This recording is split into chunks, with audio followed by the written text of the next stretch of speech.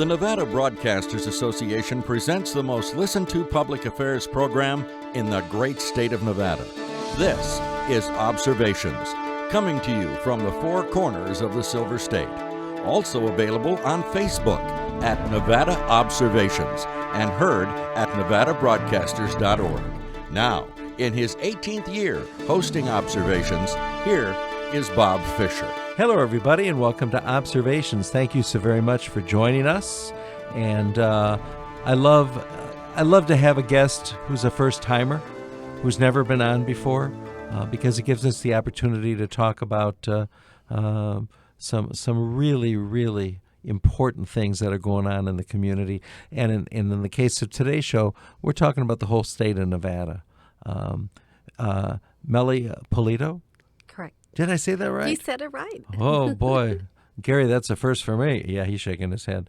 Talk a little bit about your job at Nevada 150. At Project 150.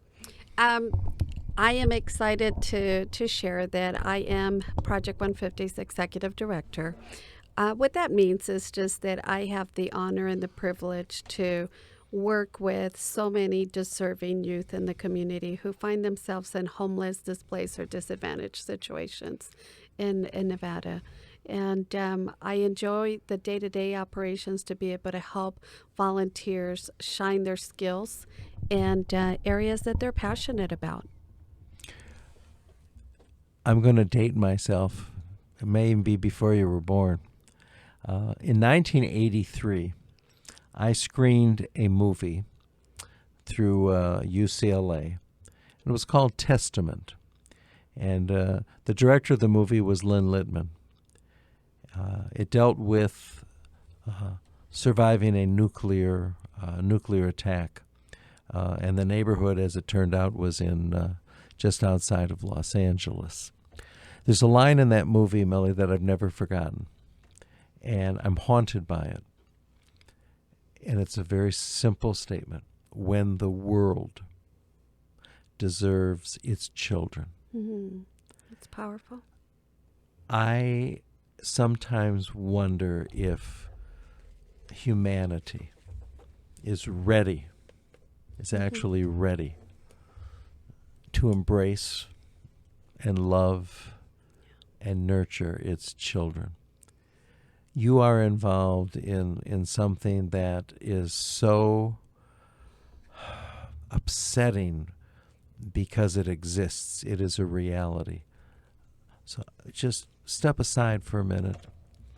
When you hear when the world deserves its children, what do you think about what does it percolate? When society learns to accept the differences and the socioeconomic situations these kids are placed, when the world learns to care enough to not have human trafficking, not have domestic violence, not have drug addicts and drug dealers out of children. So that's what comes to mind. Why do you think it is, and even on a public affairs program, I've been doing this a long time. There isn't a subject that we haven't covered.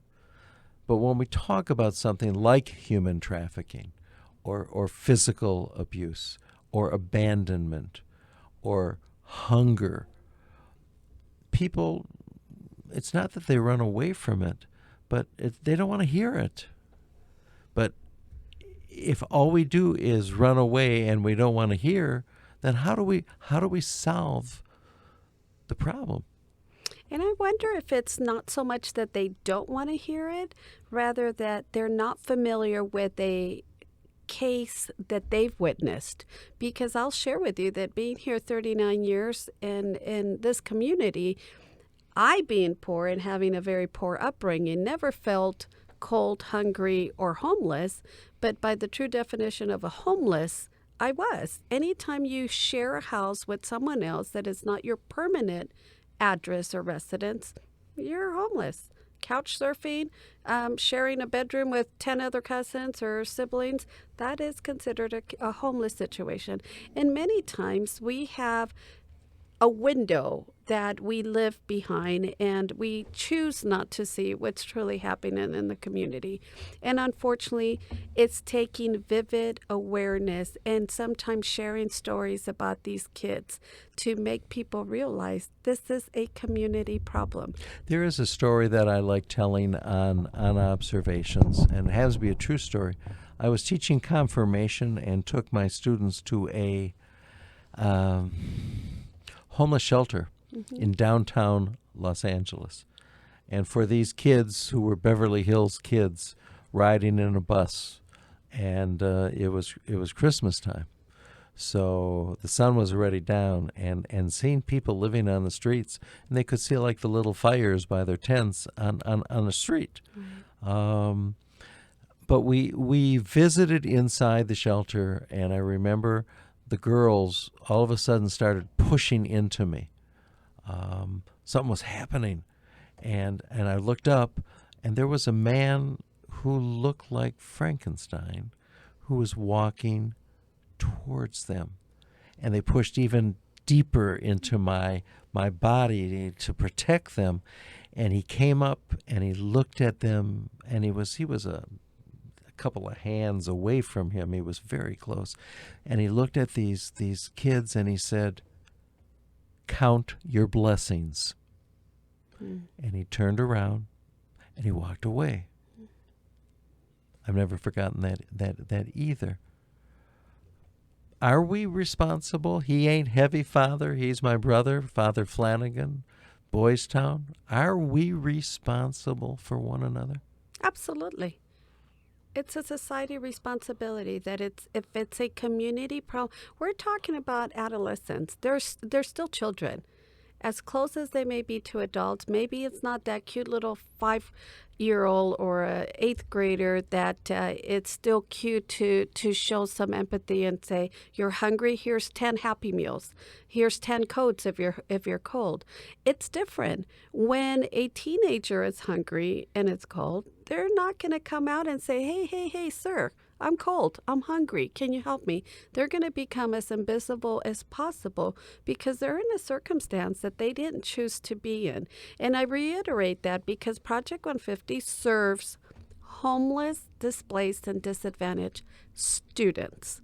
The fact that they're showing up to a classroom beyond their circumstances, may that be doing homework under a street lamp, may that be doing couch surfing every single night with a different friend or a different relative, or doing homework at McDonald's. They are showing up to the classroom. That is our responsibility to assist. How did we get there? I have no idea. I wish I knew. I wish you knew, too. Because I would stop that train in a split second. And that's the problem. The numbers are not decreasing. They're increasing. We're up another 16% on that homeless population number.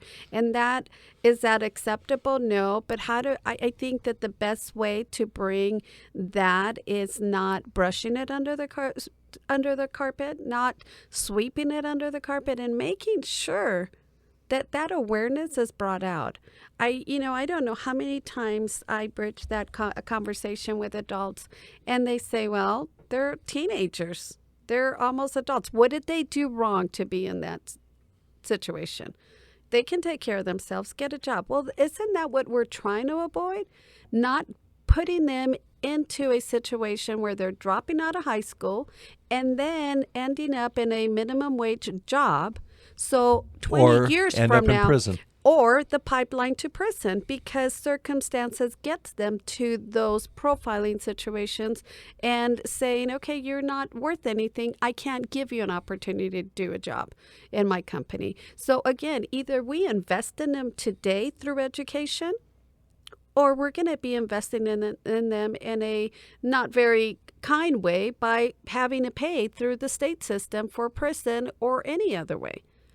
To me, is preparing them today to be better leaders tomorrow. Are we creating victims or victorious success stories? I'd say victorious success stories, because we're not enabling them. They're already surpassing any expectation, because based on their life story right now, they have every reason to say, I give My parents have failed me. Society has failed me. I'm just a kid. I don't want to go to school and end up in the alleys doing drugs or doing something else. These kids are showing up to the classroom. Their GPAs are beyond 3.0. Do we have any statistics on how many kids are really on the streets?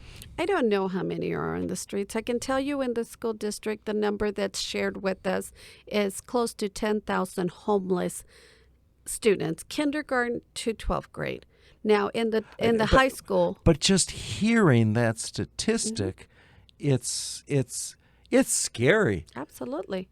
Absolutely. 10,000 homeless. Absolutely. Kindergarten to 12th grade. Now, even chopping it down a little bit smaller to the high school number, which is a little bit over 1,500, that is still a very scary number.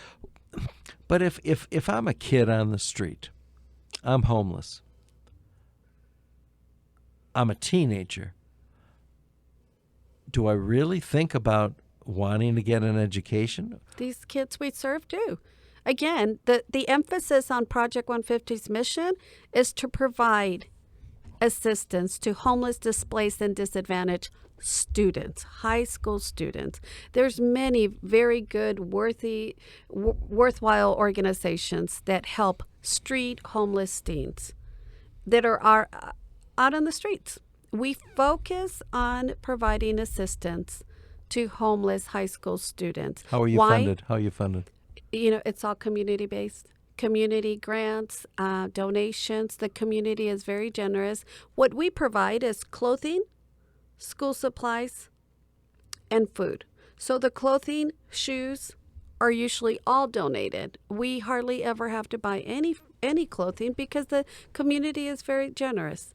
We'll have, put out a critical need and people respond. Small businesses will donate their surplus inventory or discounted inventory. Food supplies, we get drives and some donations. However, we do have to spend money on buying food to be able to provide the nutritional value that these kids deserve. A granola bar is not going to be good enough for the whole day. We have very good partners. We partner with 3 Square. We're able to purchase food from them at a lower price, lower point value, cost value, because they're able to buy in bulk. We're very fortunate in the state of Nevada that we have 3 Square in the south. I agree. And we have an extraordinary outreach program in Reno. Extraordinary things are done. But how do you deal with the person who writes on Facebook or sends a letter to the newspaper or sends you an email saying, kids on the street, that's not our responsibility. Homeless kids, their parents should have gotten a job. How do you react and respond? Because there are going to be a lot of people listening to this program who are going to say, why should I care that a homeless family, a dysfunctional family, that they got kids that are on the street? What do I care about them? Why should I care about them? It's not my job, and it's not the government's job. Right. And the first thing I will clarify, that not every homeless high school student that we help is homeless because of a dysfunction or a addiction or a criminal activity from the parents or the family. So why because why I are they would there? tell you that we've had families in our volunteer center who have come to us, and the middle class family who has lost a job when the economy took a nosedive.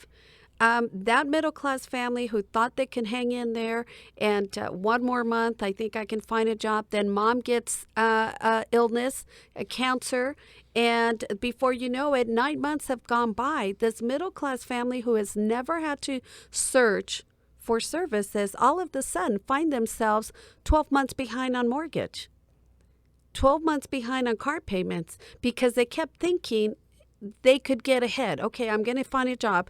Things are going to get better with the illness. Not every homeless student has a horror story by choice by parents or the kids. So we have many middle-class families who had very healthy incomes, 2 incomes in a household. Kids never needed anything. All of a sudden are having to turn to agencies like Project 150 for assistance just to get the kids started for the first day of school with clothing, proper clothing and shoes. That is the first thing that I like to make people aware of, that in this community, every face and every student we represent and serve has a story. And that could be your child tomorrow. That could be my family tomorrow. It could be in a split second. My husband passed away of cancer, and I don't share that to switch the stories and be the victim. Absolutely not. But I can tell you from 2 very healthy incomes, there has been a significant lifestyle change in my household. Luckily, none of my children are homeless, and we didn't have to end up in that situation. But I can tell you that when you have that plus a loss of job, and in this economy, there's many families that probably never imagined themselves being in this circumstance. Did you go through a stage when you were bitter? Oh, even today, I think, driving around, it's like, this sucks. This really, really sucks. In my retirement life, this isn't the plan that we had. We had so many other plans. This is financially, I'm not where I wanted to be. That's not where my savings was intended to go, to be flushed down medical bills and things. However, that happened, and I would do it again in a split second because I was my husband. And so many families are making decisions. Chemotherapy is extremely expensive. I can't tell you how many families we help that have been depleted of their financial savings and giving up a mortgage to be able to provide a family member treatment. And that could be diabetes or anything else for that matter.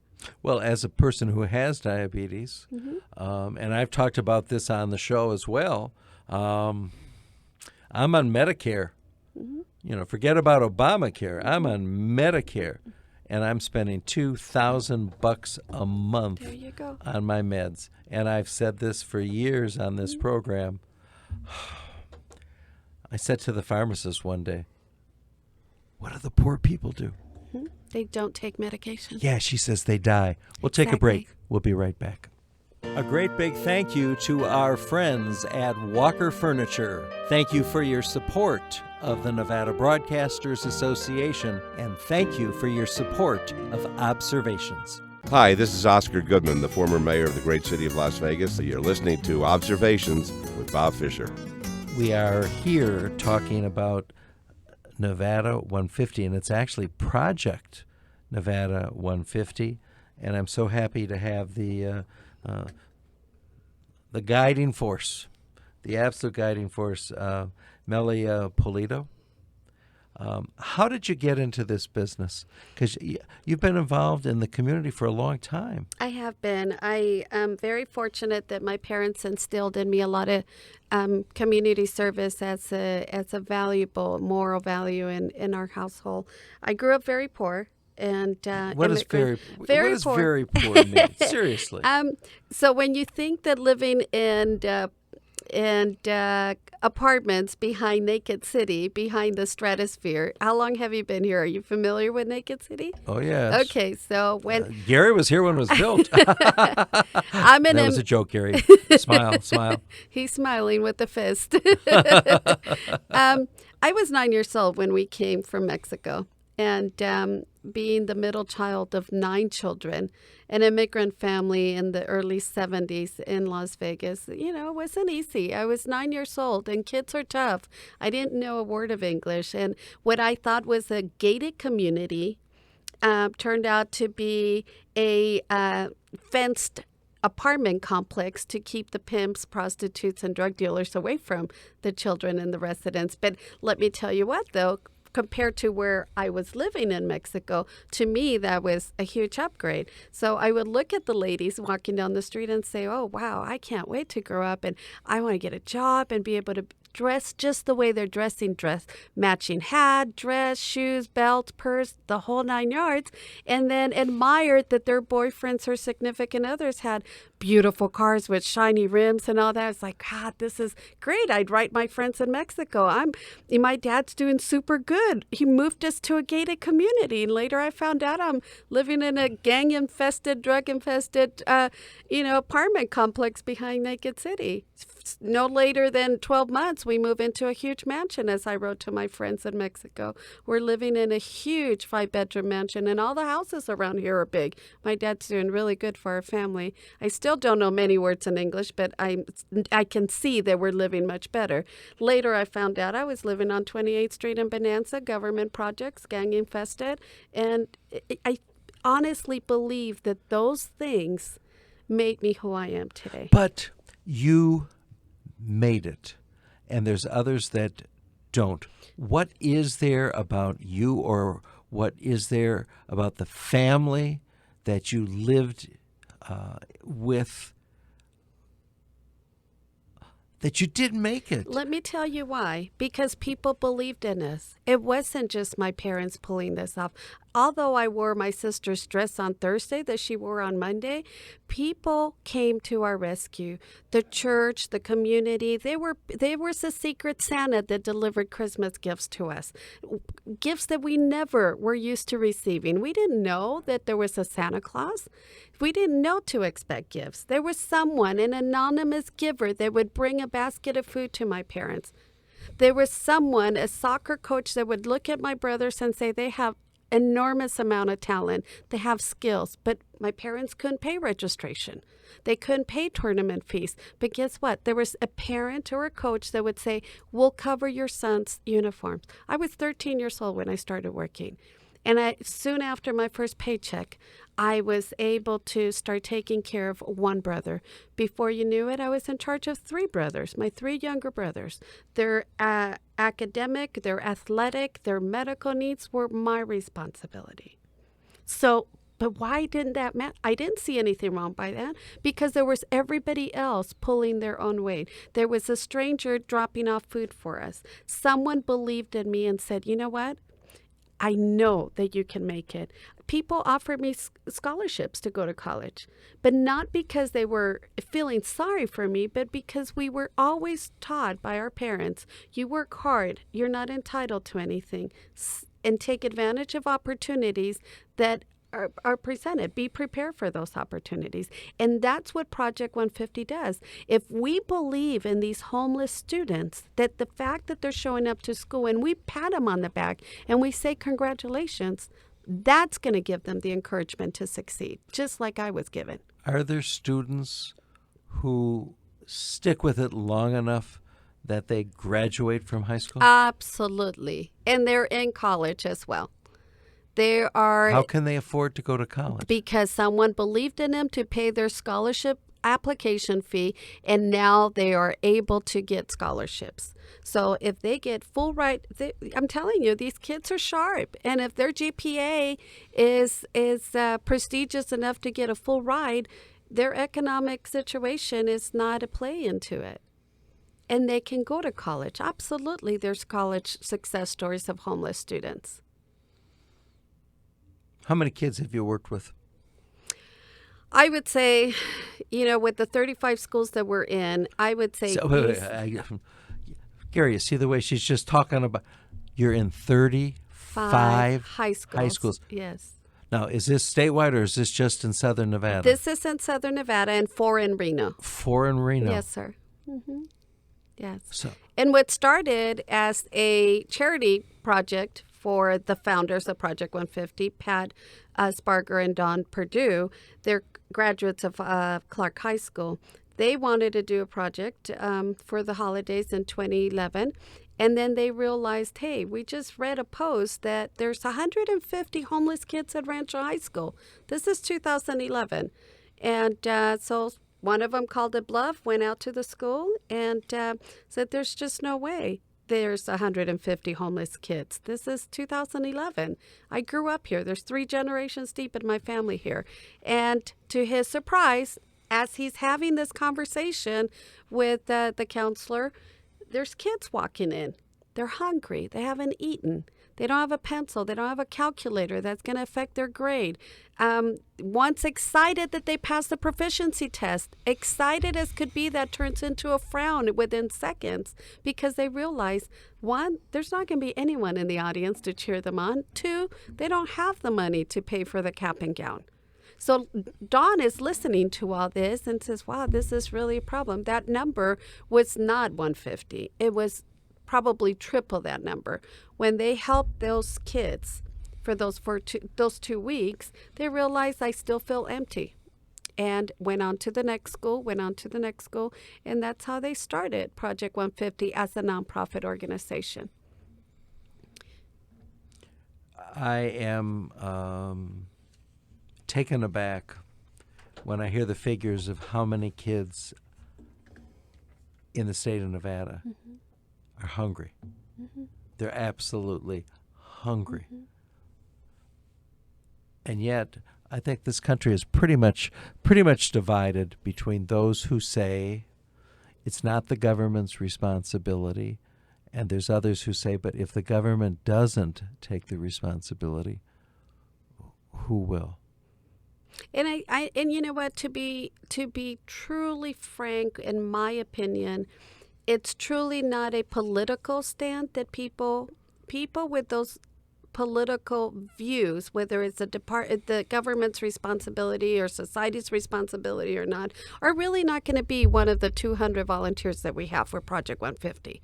It's those volunteers that find it in their heart to say, whatever the reason is, I am going to make a difference in this problem, because it's a community problem in your grocery store, in your park, in our schools, wherever we go.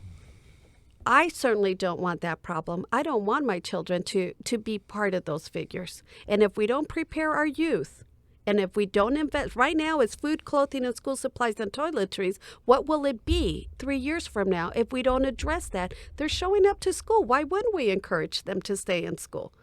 That's the anchor that brings them back. Getting that free weekend meal back, getting a jacket, getting school supplies, blending in with the rest of their peers. That's our responsibility. Wouldn't you do that to your friends, to your children? Well, to answer that question, I did something similar but very different. And that is, I made friends with a woman who, she wasn't living on the streets, but she was pretty close to it. The neighborhood where she was in, the apartment was almost underneath the bridge in downtown Las Vegas. The alleys, you would hear gunshots at night. And she had survived breast cancer. And then years later, she survived breast cancer. And she was now fighting stage 3 ovarian cancer. And I took her in my home. And I tried to give her a quality of life that she had never had in her life. And I'm very proud to say, believe it or not, this past January she began her 7th year of her mission, living with me. Yay. And I keep on hearing, that voice of Father Flanagan, Spencer Tracy. He ain't heavy. He ain't heavy. He's my brother. He ain't heavy. She's my sister. I think we've just scratched the surface, and we're gonna continue this discussion. The show will be carried exactly a week from now on the same station, same time, because I do want to talk about specific programs.